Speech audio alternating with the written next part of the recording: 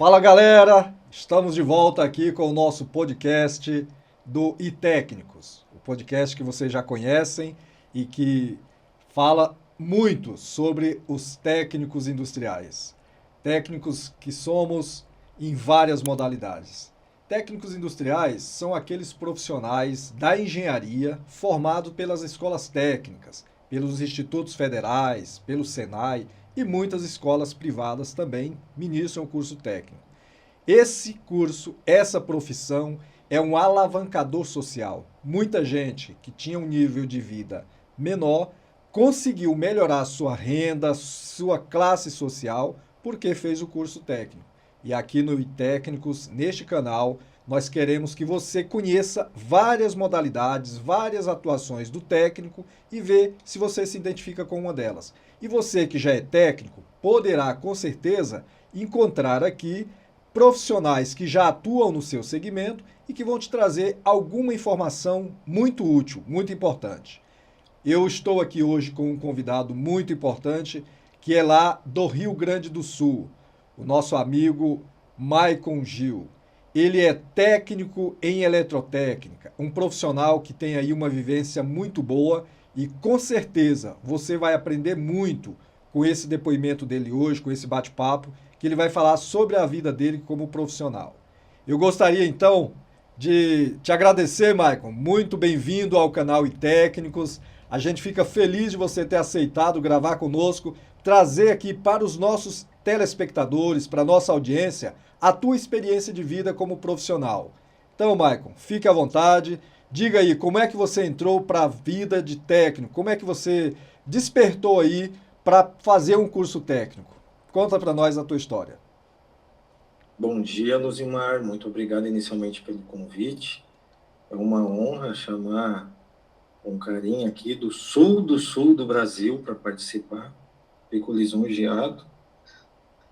E vamos lá. Eu vou dissertar de uma maneira simples como é que eu fui atraído pelo mundo dos técnicos industriais. Inicialmente, na cidade onde eu moro, sempre houve uma participação bastante grande dos técnicos no nosso município e na nossa microrregião. Eu sou de Novo Hamburgo, no Rio Grande do Sul, e aqui a gente tem uma escola que é bastante popular na região, que é a Fundação Liberato. Essa escola já tem cerca de 50 anos e formou milhares de técnicos. Ela também teve, assim como o senhor acabou de mencionar no início da apresentação, uma participação bastante grande na questão do trabalho social.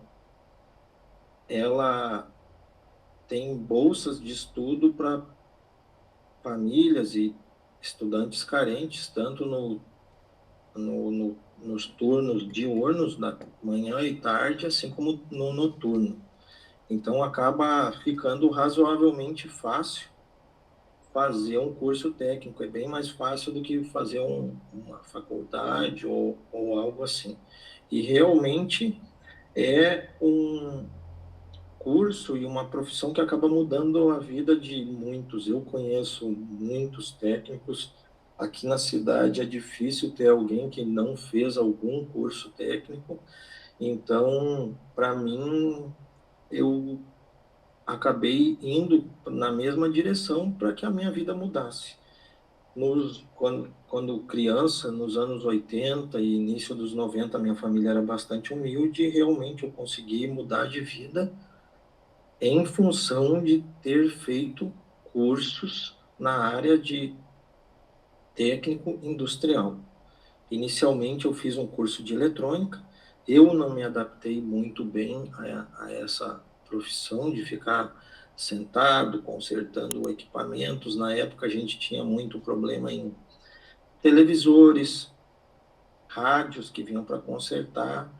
Com a chegada da informática no início dos anos 2000, muitas impressoras e outros sistemas eletrônicos, mas eu não fiquei feliz com aquilo, acabei fazendo outro curso técnico, que era o curso de técnico em eletrotécnica. Com esse curso, realmente eu me identifiquei bastante. Enquanto mais jovem, ele me proporcionou muitas experiências novas. Eu viajei o Brasil todo montando subestações, quadros elétricos, automatizando casas, indústrias, e fui para a parte pesada e ganhei dinheiro suficiente para mudar minha vida. Não Certo. fiquei rico, mas se olho para trás hoje, eu não me imaginaria hoje na condição de vida que eu tenho se eu não tivesse feito um curso técnico. Certo. Você, só, desculpa interromper, mas assim, você falou aí da Fundação Liberato. Conheço, eu estive lá, né? Inclusive, ocorre todo ano a Mostra Tech, né? Então, assim, é Sim, uma escola que, de fato, tem aí uma referência nacional, e não apenas nacional, né? Mas mundialmente, porque participam da Mostra Tech técnicos de todo mundo, né? Nas exposições. Então, você é oriundo dessa instituição. Parabéns. obrigado. Seguindo mais um pouquinho na mesma linha, se é que eu posso falar, Claro. eu, logo que me formei como técnico, dada a época na qual eu me formei, eu tive que me integrar inicialmente no sistema CREA, que Certo. é o Conselho de Engenharia e Arquitetura. E era bastante difícil para nós, como técnicos, atuarmos dentro daquele conselho. Surgiu a ideia de que a gente fizesse o nosso próprio conselho. Surgiu um movimento aqui dos técnicos e novamente, a gente tem muitos técnicos formados e atuantes aqui dentro da nossa micro-região. A gente fez um esforço para que realmente fosse possível criar o Conselho Federal dos Técnicos e suas delegacias regionais, e isso aí sim nos ajudou a aumentar nossa presença no mercado como técnicos, sermos reconhecidos e melhor remunerados. Perfeito. Exatamente. Então, isso é uma vitória, né, que tem aí os profissionais com a criação do conselho próprio, que foi Exatamente. uma luta de mais de 40 anos. Ainda bem que conseguimos essa evolução, porque assim, o Conselho dos Técnicos me apoia de uma maneira que o CREA jamais me apoiaria. Certo. E aí, Michael, e você trabalha com a parte de, como técnico eletrotécnica, com a parte de instalações de geradores, energia fotovoltaica. Conta aí para nós qual é a tua atuação principal hoje. Vamos lá então.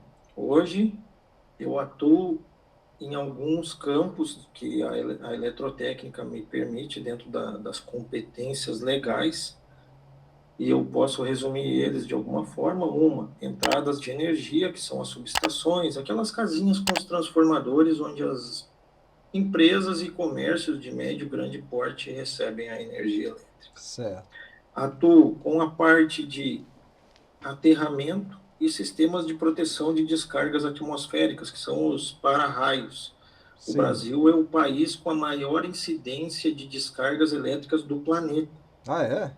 Sim, as normas aqui são bastante rigorosas, porque aqui caem, vou falar de uma maneira simplificada, mas de forma geral, 3 vezes mais descargas elétricas do que nos outros países aí.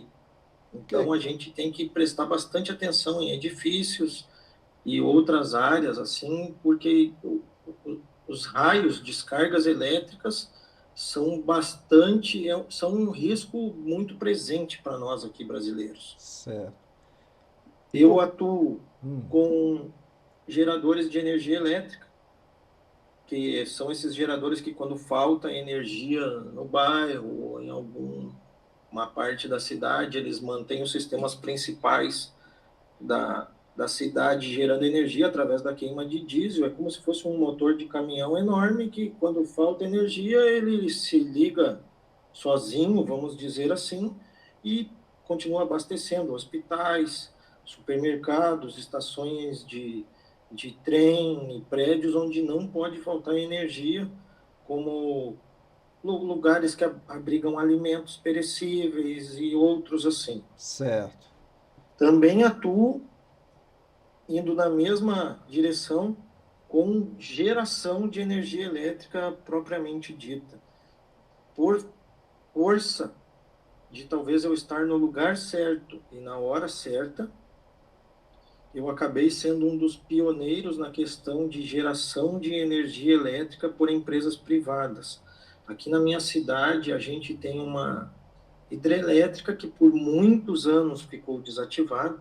Ela ficou ociosa de 1971 até meados de 2005, quando a gente reativou ela e começamos a vender energia ao invés de comprar energia. Então, ela é uma empresa que gera energia para vender.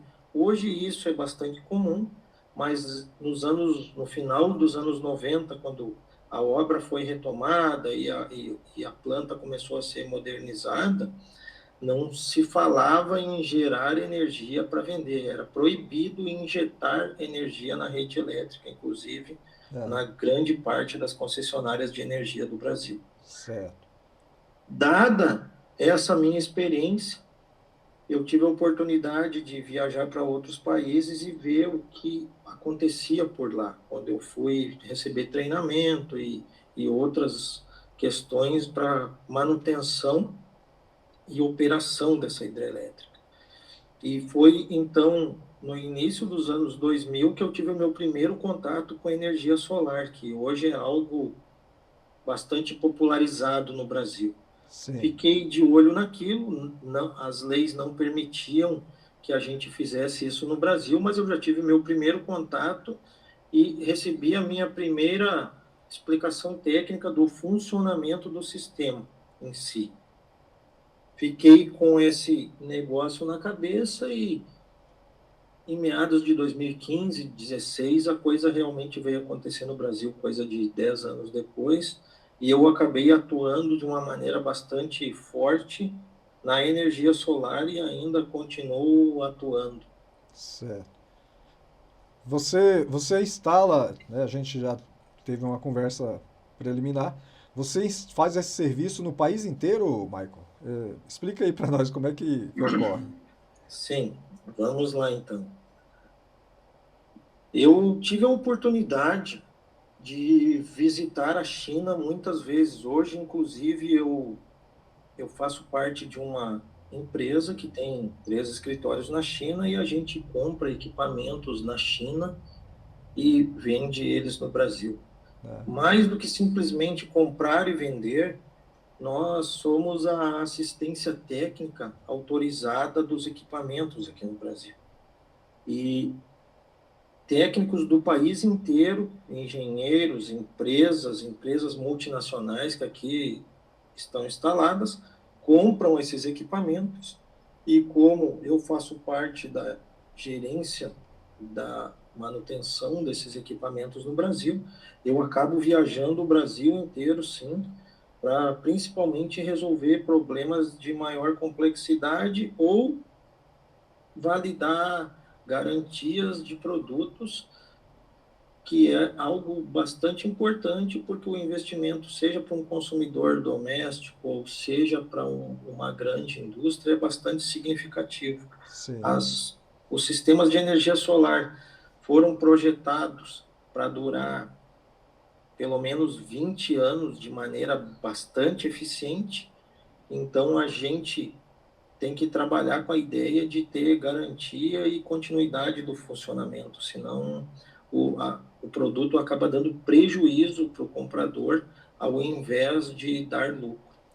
Você falou, tocou nesse ponto da economia. Os nossos telespectadores que estão vendo têm certamente ideia de que é um custo relativamente alto para a implantação. Mas, Michael, explica aí como é que isso pode ser mitigado para justificar como economia ou como ganho a nossa audiência que tenha interesse, ou os profissionais que têm interesse em atuar e saber que de fato vale a pena fazer esse investimento grande, porque não é um investimento pequeno, e a energia fotovoltaica ser, ao longo do tempo, lucrativo? Vamos lá, então, eu vou falar de maneira geral.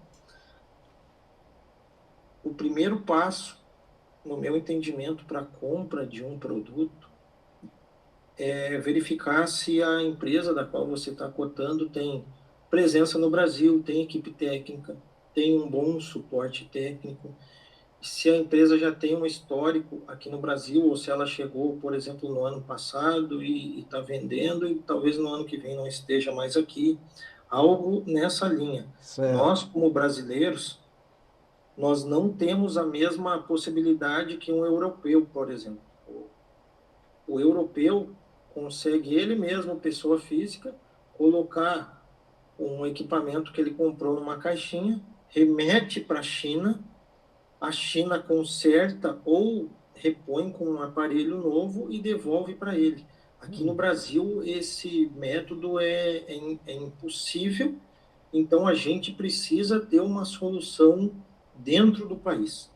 A gente, como brasileiro, já teve experiências terríveis com carros de marcas chinesas que vieram para cá, deram 5 anos de garantia nos veículos, venderam os carros por 2 anos e sumiram do Brasil. E quem comprou o carro daquela marca ficou completamente desguarnecido e haviam carros desses aí atirados nos ferros velhos aqui da minha região com assim uma presença bastante grande. Certo. Na energia solar não é diferente. Eu sou bastante exigente em função do peso que eu carrego como técnico. Sim. Eu vou falar do bônus e vou falar do ônus. Muitos técnicos acabam deixando de lado o que está escrito nos manuais do próprio equipamento de energia solar, agora me direcionando nessa linha, Certo. que orienta instalação de disjuntores, instalação que são os dispositivos que vão atuar e cortar o circuito, desconectar em caso de algum problema, colocam Dispositivo de cabos que segurança, né? são inadequados. Desculpa, Não, Lucimar. são os dispositivos de segurança. Sim, dispositivos Os de segurança, disjuntores. são os disjuntores. Colocam uma carga muito grande nos conversores de energia, que aqui no Brasil ficaram famosos, chamados de inversores de energia solar.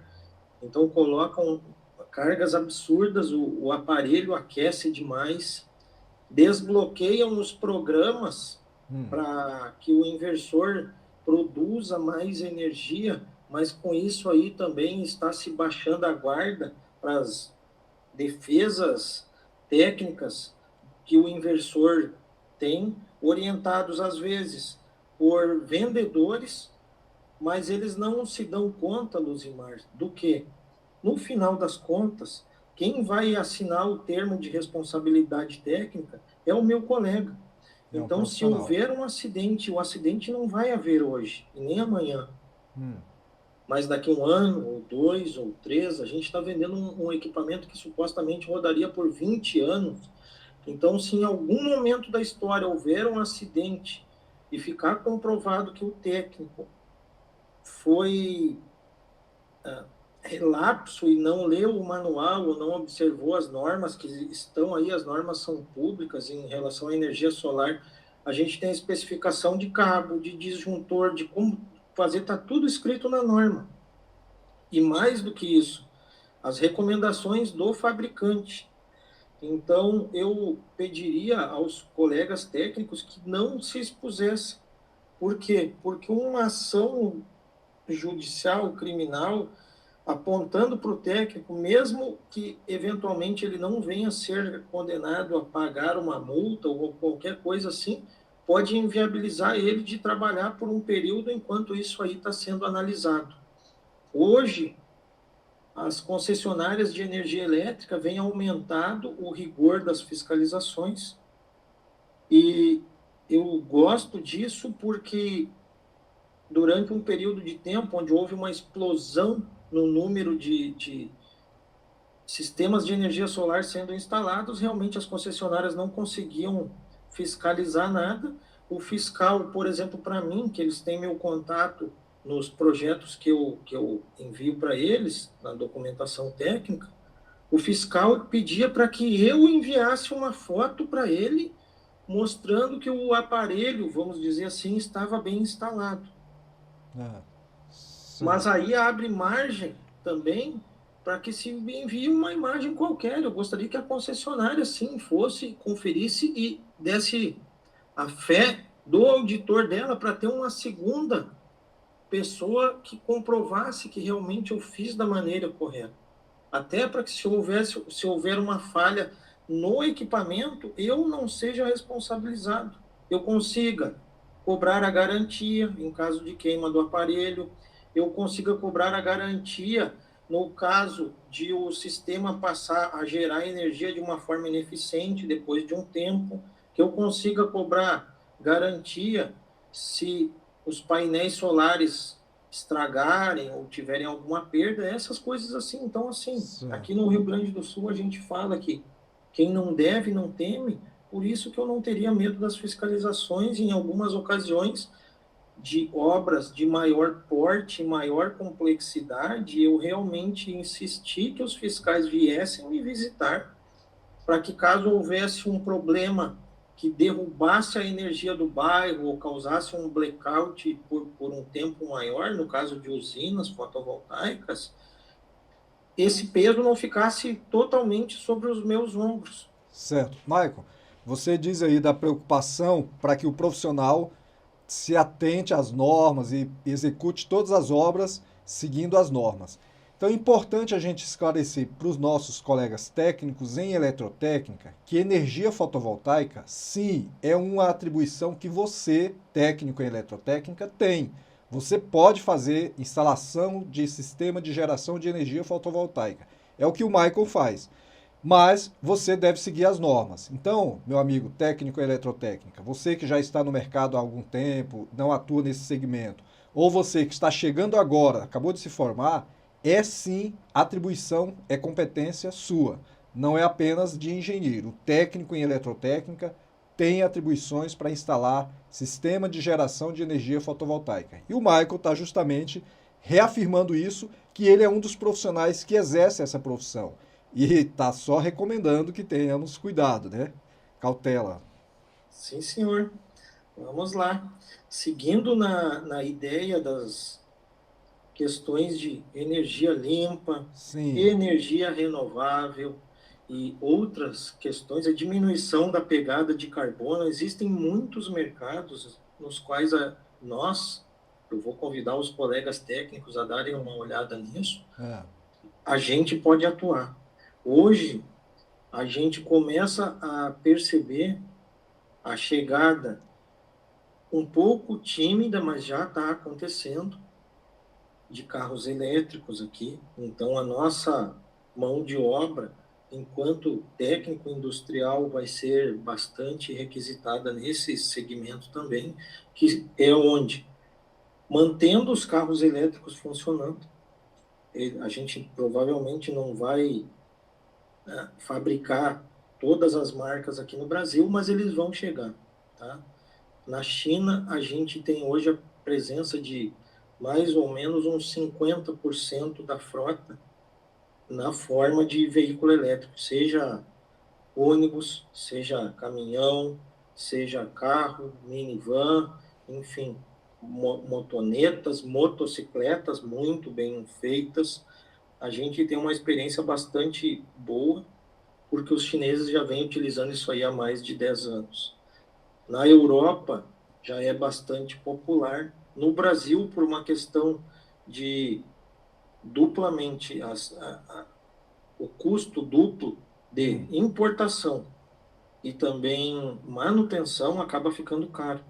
certo. Mas essa importação vai ficar mais barato. A gente começa a ver algumas montadoras sinalizando a instalação de plantas para fabricar carros elétricos no Brasil.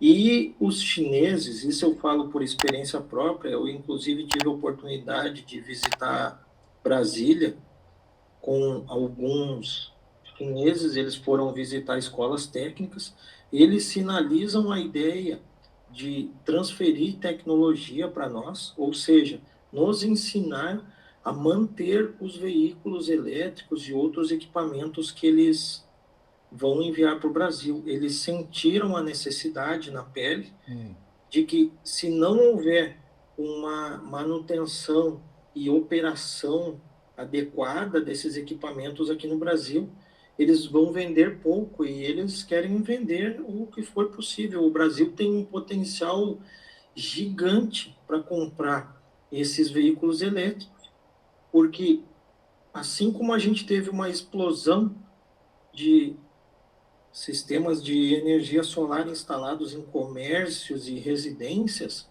a pessoa que hoje tem um consumo de combustível considerável e ela tem energia fotovoltaica em casa, ela vai pensar, nossa, e se eu, ao invés de abastecer no posto de combustível com gasolina ou diesel, eu abastecesse o meu carro durante a noite, enquanto eu venho para casa para dormir, o meu carro está sendo abastecido numa tomada elétrica, igual que a gente faz com o celular.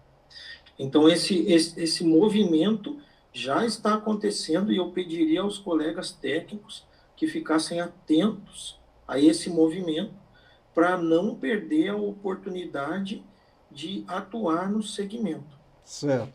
Você falou aí, Michael, da questão de que na China existe aí uma quantidade grande. Eu quero só puxar aqui uma informação que você já esteve, você acabou de dizer, já esteve na China em alguns momentos, né, algumas vezes. O Michael, pessoal, é um técnico em eletrotécnica, a gente até brinca, ele é poliglota. Você fala quantas línguas mesmo, Michael?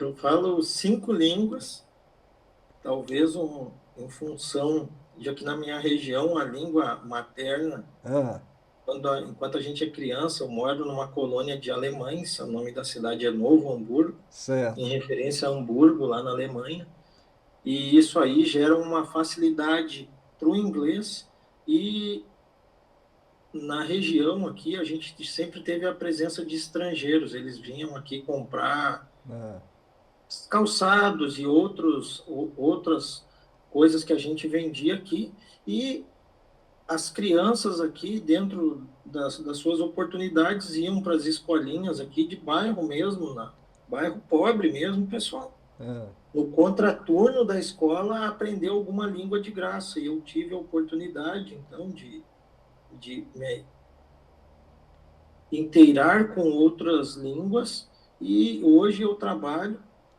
como eletrotécnico, ah, e também eu gosto de usar um termo assim, talvez um pouco ilustrativo, eu acabo passeando em outros mundos, porque eu trabalho também com importação de equipamentos, e em função de eu ser eletrotécnico, e a maioria dos equipamentos que a gente olha para qualquer lado, todos têm cabos elétricos, eletrônica, uma construção e etc., eu acabo indo para a China bastante e ah, fico um tempão lá para escolher os equipamentos e também aprender a manter e operar. Essa sempre vai ser uma questão na qual eu vou bater com bastante força.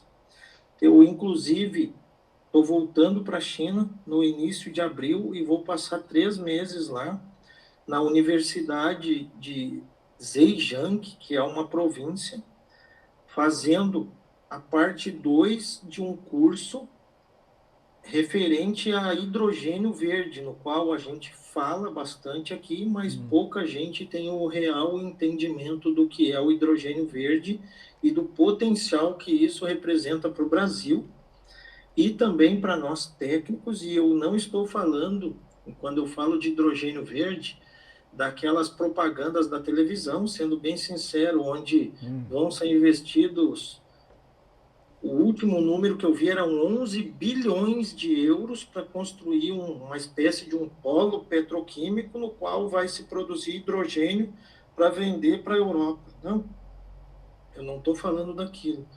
Eu estou falando de uma pequena fazenda, pequena não, mas esse pessoal que tem fazenda, tem gado e tem pastagem, comprar uma máquina do tamanho de uma geladeira grande, colocar na sua fazenda ligado na tomada e aquela máquina produzir energia elétrica, produzir fertilizante ou produzir gás para queima e aquecimento de acordo com a necessidade do cliente, porque é isso que é o hidrogênio verde. Ele é uma aplicação com multifunções e não é aquele polo petroquímico. Na Europa, na Ásia e nos Estados Unidos existem máquinas que a gente vai numa loja especializada que vende máquinas, compra, coloca no seu carro uma máquina daquelas e traz para casa e liga em casa.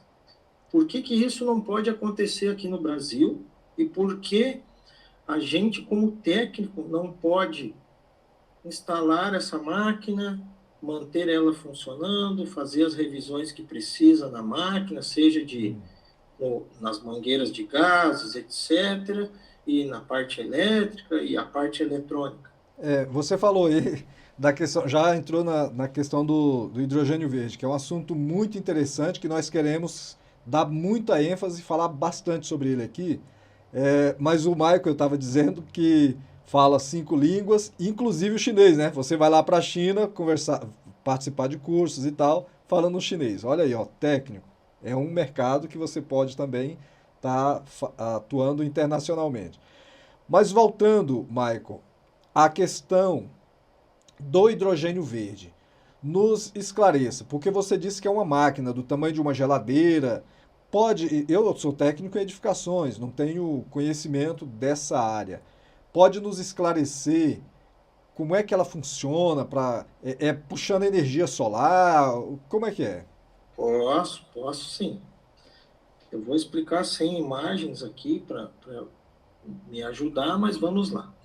Imagina que a gente vai instalar no sítio do Luzimar. Beleza, vamos lá. Então, Oi? é um sítio lá no meio da floresta amazônica, não tem energia que chega lá, não tem rede elétrica, eu preciso de energia. Ok, esse seria o primeiro caso. Então, o que que a gente precisa para instalar esse equipamento? A gente teria um dispositivo do tamanho de uma geladeira. Ele vai conseguir nos entregar 5.000 watts de potência elétrica na saída. Elétrica. Certo. A gente iria lá, então, Luzimar, e colocaria essa geladeira na rua mesmo. Os equipamentos são a prova de água, a prova de pó, a prova de tudo. A gente vai lá e coloca ela no terreno. Se não tiver energia elétrica da concessionária, a gente vai instalar um sistema de energia solar por perto. Coloca-se 10, 20, 30 painéis fotovoltaicos, conecta os cabos elétricos, eu vou falar de uma maneira simplificada, nessa máquina de hidrogênio, o Certo. conversor de hidrogênio. A energia solar à luz, enfim, eu não vou entrar nos detalhes dessa questão, vai atingir as placas solares e a corrente elétrica, a energia elétrica vai fluir para a nossa máquina de De hidrogênio. hidrogênio verde. Tá. Essa máquina, a gente precisa abastecer ela para que ela opere com água e energia elétrica. Esse é o primeiro fundamento do negócio. Ela vai com energia elétrica separar dentro dela em 2 gases. Eu até tenho um modelinho bem pequenininho aqui que eu separei aqui, está aqui na minha mão. Que é isso? Estamos vendo. Essa aqui é uma célula combustível, eu já vou chegar lá. Eu não tenho a máquina inteira aqui. Certo. No primeiro estágio, ela separa com a energia elétrica os gases da água, que são hidrogênio e oxigênio, e manda para 2 cilindros, como se fossem 2 botijões de gás especiais que conseguem armazenar esses 2 gases. Esse é o primeiro estágio, separar os gases. O que a gente quer fazer desses gases? Existem equipamentos lá que fazem o seguinte: se a gente quiser produzir fertilizante, se chama aqui no Brasil, deram um nome de amônia verde. A gente vai lá e programa na máquina, como se fosse no nosso micro-ondas, que tem na telinha ali, lasanha, pizza ou sei lá o quê. Aperta no botãozinho da amônia e a máquina vai começar a produzir uma espécie de sal e esse sal cai num recipiente, como se fosse um balde ou um pote do lado da máquina, falando de uma maneira bem simples, uma bacia, uma caixa de plástico, enfim. A gente pode utilizar isso aí como fertilizante. O gás do hidrogênio, Não. a gente pode utilizar para abastecer veículos movidos a hidrogênio. Se a gente tivesse uma motocicleta lá no meio da floresta, com motor a combustão preparado para receber hidrogênio, a gente conseguiria operar um veículo dentro da floresta. Certo. Se a gente precisar de gás de cozinha para cozinhar, a gente pode utilizar esse gás também, misturando com oxigênio, numa medida e num fogão especial para cozimento de alimentos. Se a gente tivesse uma caldeira, que a gente precisa aquecer água, ou qualquer coisa, o ambiente, enfim, a gente pode usar esse gás para queima. Michael, então você está dizendo aí que uma máquina, que ela é do hidrogênio verde, ela vai suprir aí várias necessidades no ambiente. Certo? Então para quem é produtor agrícola ali na região, estamos aqui no Planalto Central, né, no centro-oeste do país. Então eu faço referência às regiões aqui do Goiás, Mato Grosso, Pará, que são grandes produtores agrícolas. Eles podem suprir muitas de suas demandas utilizando essa máquina. Então as fazendas de produção agrícola, de gado, podem utilizar essa máquina para suprir aí muitas de suas demandas. Certo. Eu vou falar mais um pouquinho da máquina, que eu não falei da última função dela, Ah, que é geração de energia elétrica. O processo contrário do que eu falei inicialmente, que é pegar energia das coletores solares ou painéis sim, fotovoltaicos, passar através da máquina, eu também não vou entrar nos detalhes de dentro da máquina, e armazenar gás. certo. Que a gente vai ter lá os dois gases, hidrogênio e oxigênio, em tanques separados, ou botijões separados, ou cilindros separados. Quando chegar a noite, eu consigo pegar esses dois gases, passar por dentro da máquina e jogar energia elétrica para a fazenda ou para minha residência. Hoje a gente tem a presença de baterias de lítio, de longa vida e etc., mas essas baterias são bastante caras e a manutenção delas é impossível. Certo. Com a questão do hidrogênio, eu conseguiria fazer isso aí ciclicamente, transformar todos os dias água em oxigênio e hidrogênio, com a utilização de painéis fotovoltaicos, que no Brasil o que não falta é sol, Certo.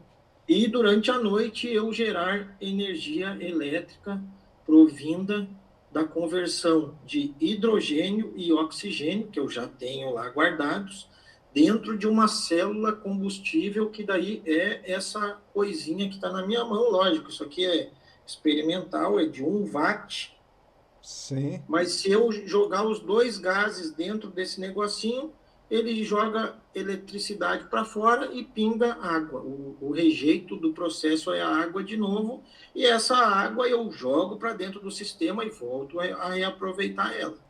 Então, nosso país é abençoado, né, com relação a isso daí, porque temos sol, temos chuvas. Exatamente. Agora, respondendo a tua pergunta, Ah, com relação a fazendas e de um porte um pouco maior, assim como existe a máquina do tamanho de uma geladeira para abastecer uma residência, vai ter a máquina, eu vou usar todos nós aqui que estamos ouvindo, a maioria pelo menos é brasileiro, a gente pegaria uma máquina do tamanho de uma Kombi, sim, um veículo, coloca-se placas fotovoltaicas adequadas na proporção que for para atender a potência dessa máquina de hidrogênio do tamanho de uma Kombi, e essa máquina vai abastecer uma fazenda de porte médio. Precisa mais energia e mais hidrogênio, vamos colocar uma máquina do tamanho de um ônibus. certo. que vai ter, agora eu vou dar um número técnico, 200, 300 quilowatts de potência elétrica nela, e essa potência elétrica pode atender uma quantidade bastante grande de atribuições dentro de uma fazenda, um bairro, ou algo assim. Então, Certo. assim, eu só ponderei e abordei essa linha para que os técnicos tivessem a ideia de que a gente não tem somente no hidrogênio verde aquelas plantas que se vê na internet, nesses veículos de comunicação, que mostram uma área de 5 quilômetros por 5 quilômetros com aqueles tanques redondos, tipo um polo petroquímico. Não, a gente tem sistemas, eles não estão presentes no Brasil ainda, por várias questões, como eu já ponderei. Falta de empresas que tenham interesse em atuar com isso e também a falta de mão de obra qualificada para manter e operar essas máquinas.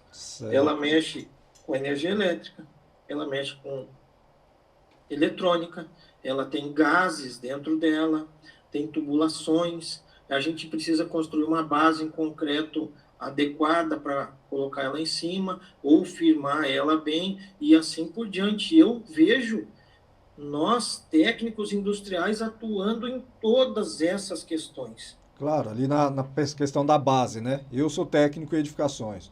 Posso estar construindo a base que vai fixar essa máquina. Tem aí o técnico em agrimensura, vai ser o técnico que vai fazer o, vamos dizer assim, a localização onde vai ser instalada, né? Então Exa tem muito exatamente. trabalho para os técnicos. O técnico em eletrônica conserta a eletrônica, o técnico em refrigeração Sim, vai mexer na parte dos canos, dentro da máquina lá tem uma parte dela que parece um ar-condicionado com canos e conectores e um expansor de gases, um compressor de gases, não sei o que. A parte mecânica também, que vai ter lá chave de boca, parte metal e tudo que é as partes internas, a parte elétrica, a parte de armazenar a água, análise da água para ver se é boa, se não é. Então, assim, ó, a gente tem um universo de questões a serem observadas nesse negócio aí. E, para mim, eu acredito que o hidrogênio verde, quando chegar no Brasil, na verdade, hoje já existe só em escala de laboratório, dentro de umas universidades e alguns institutos por aí, mas a gente não tem isso aí largamente difundido. Quando esse negócio chegar aqui, pessoal, vai ser, no meu entendimento, muito maior do que o efeito que a energia solar causou no Brasil nos últimos 5 anos, e a energia solar acabou empregando muitos técnicos, muitos mesmo, e eu acho que esse negócio vai empregar muito mais, porque é um negócio muito maior. A gente consegue, de novo, fertilizante, e o Brasil tem um consumo absurdo de fertilizantes. A gente consegue energia elétrica, a gente consegue calor, a gente consegue gás, a gente consegue mover veículos. Então, assim, acreditem nisso, que eu acho que quem quiser se envolver com isso vai conseguir montar uma base para o seu negócio e para a sua vida em cima disso. tá? Os Hoje, chineses, então, os chineses estão procurando pessoas com interesse nisso hoje. Fica o certo, spoiler aí. certo. Então, hoje nós não temos instaladas no Brasil máquinas no formato que você está falando, né? Então, hoje não existe essa instalação no país. Não, hoje não existe. A gente tem algumas pequenas aplicações que seriam essas máquinas do tamanho de uma geladeira, do tamanho de um pequeno veículo aí para ilustrar assim questões de tamanho, máquinas que são protótipos construídas aqui com peças vindas de um lado, de outro, etc. Mas a gente não tem nem as máquinas pequenas, essas para levar para nossa casa, para o nosso pequeno comércio ou para a fazenda, e a gente também não tem as plantas gigantescas de hidrogênio verde, que já estão, inclusive, liberadas nos órgãos competentes. As primeiras vão acontecer no Rio Grande do Norte e no Ceará, elas estão liberadas e elas vão ter potências elétricas absurdamente grandes, são gigantes os projetos, mas, de novo, eu visto a camisa dos técnicos, porque o ensino técnico mudou a minha vida e eu gostaria que mudasse e tocasse a vida de outros brasileiros como eu. Certo.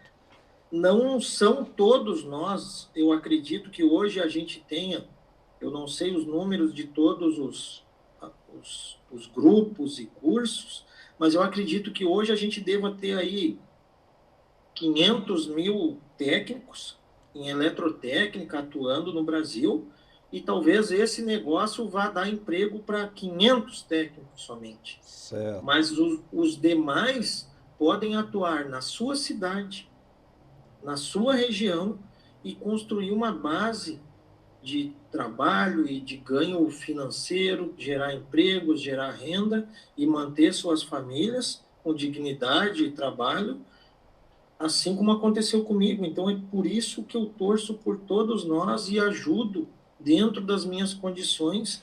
Eu tento, de novo, com toda a humildade do mundo, fazer bem feito e fazer bonito.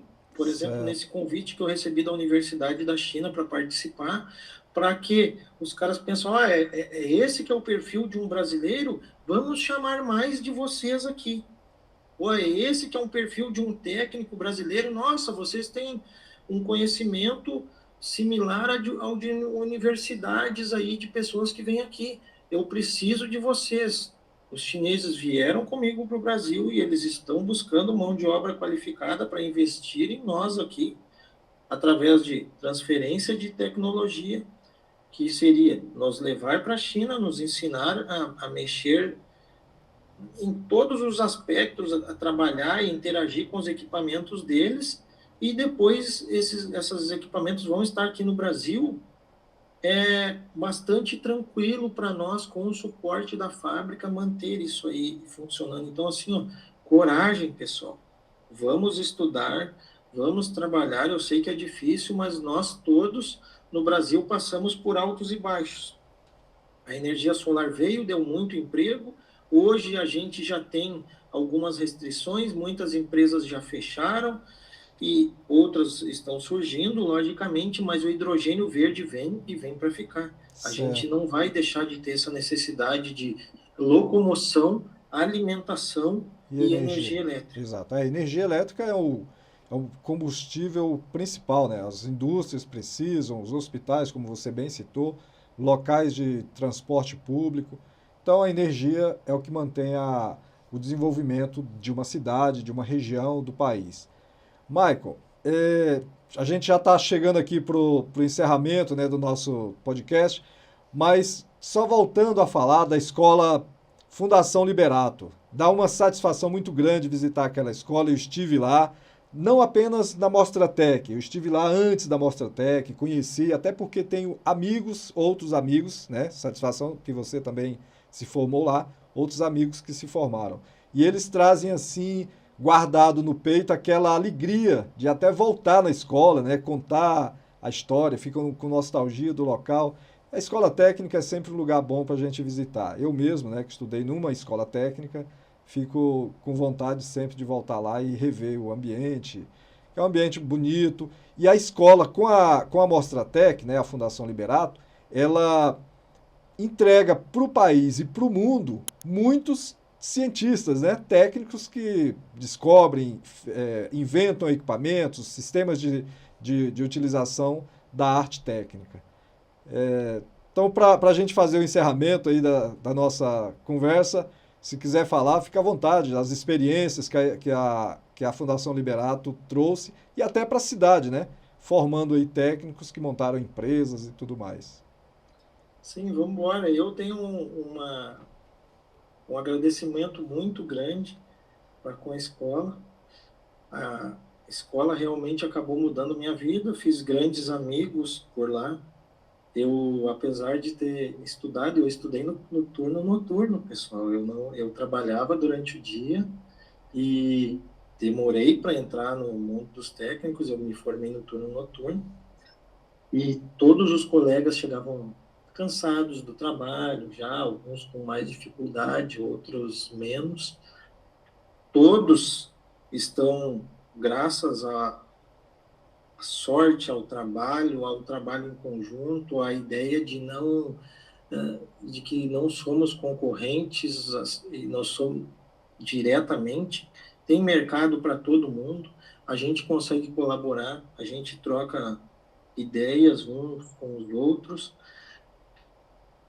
Eu agradeço também aos professores, os professores acabam nos dando uma orientação, inclusive depois da formação, de como atuar no mercado de trabalho, como fazer as cobranças, como a gente captar clientes, dão nomes e números de telefone